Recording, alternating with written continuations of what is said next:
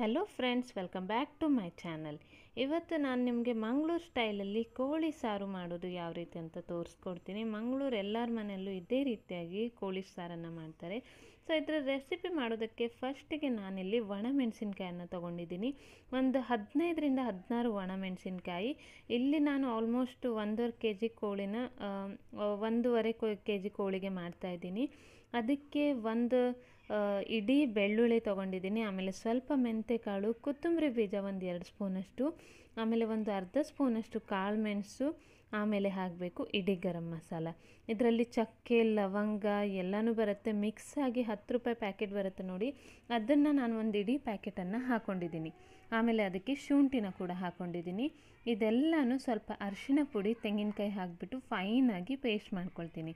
ತೆಂಗಿನಕಾಯಿ ತುರಿ ಇರಲಿಲ್ಲ, ಸೊ ತೆಂಗಿನಕಾಯನ್ನು ಈ ರೀತಿಯಾಗಿ ಕಟ್ ಮಾಡ್ಕೊಂಡ್ಬಿಟ್ಟು ಹಾಕಿ ಇದನ್ನು ಫೈನಾಗಿ ಪೇಸ್ಟ್ ಮಾಡ್ಕೊಳ್ತೀನಿ.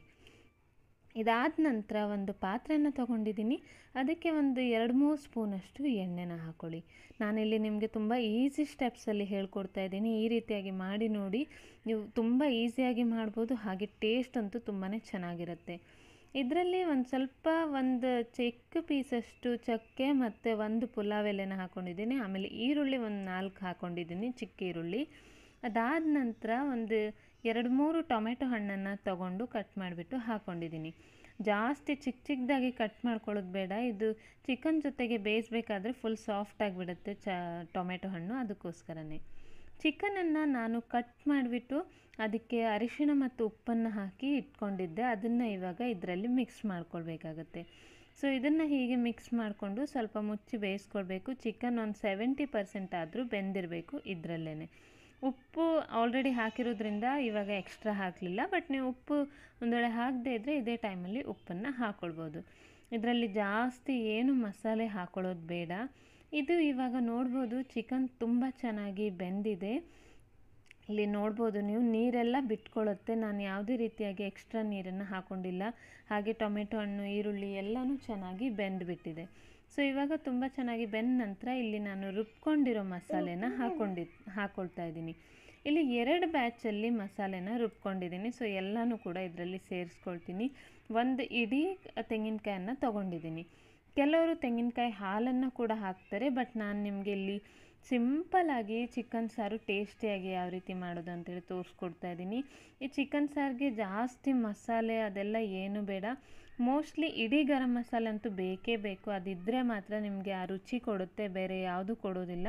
ಸೊ ಇಡೀ ಗರಂ ಮಸಾಲ ಒಂದೇ ಪ್ಯಾಕ್ ಯೂಸ್ ಮಾಡ್ತೀವಿ. ಅದಕ್ಕಿಂತ ಜಾಸ್ತಿ ತುಂಬ ಗರಂ ಮಸಾಲನೇ ಫ್ಲೇವರ್ ಬರೋದಿಲ್ಲ, ಜಸ್ಟ್ ಸ್ವಲ್ಪ ಫ್ಲೇವರ್ಗೆ.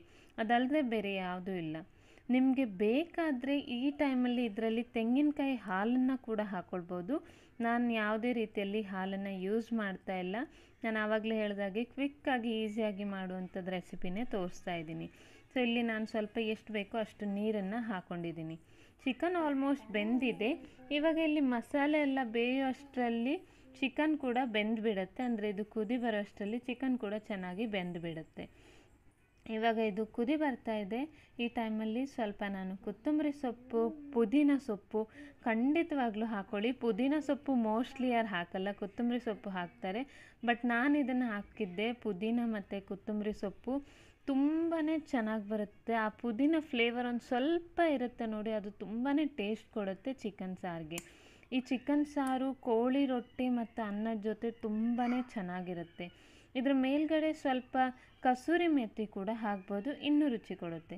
ಸೊ ಐ ಹೋಪ್ ನಿಮಗೆ ಈ ವಿಡಿಯೋ ಇಷ್ಟ ಆಗಿದೆ ಅಂತ ಅಂದ್ಕೊಳ್ತೀನಿ. ವಿಡಿಯೋ ಇಷ್ಟ ಆದಲ್ಲಿ ಲೈಕ್, ಶೇರ್ ಮತ್ತು ಚಾನಲ್ನ ಸಬ್ಸ್ಕ್ರೈಬ್ ಮಾಡದೇ ಇದ್ದರೆ ಪ್ಲೀಸ್ ದಯವಿಟ್ಟು ಚಾನಲ್ನ ಸಬ್ಸ್ಕ್ರೈಬ್ ಮಾಡ್ಕೊಳ್ಳಿ. ಮತ್ತೆ ಸಿಗ್ತೀನಿ ಇನ್ನೊಂದು ರೆಸಿಪಿ ಜೊತೆಗೆ.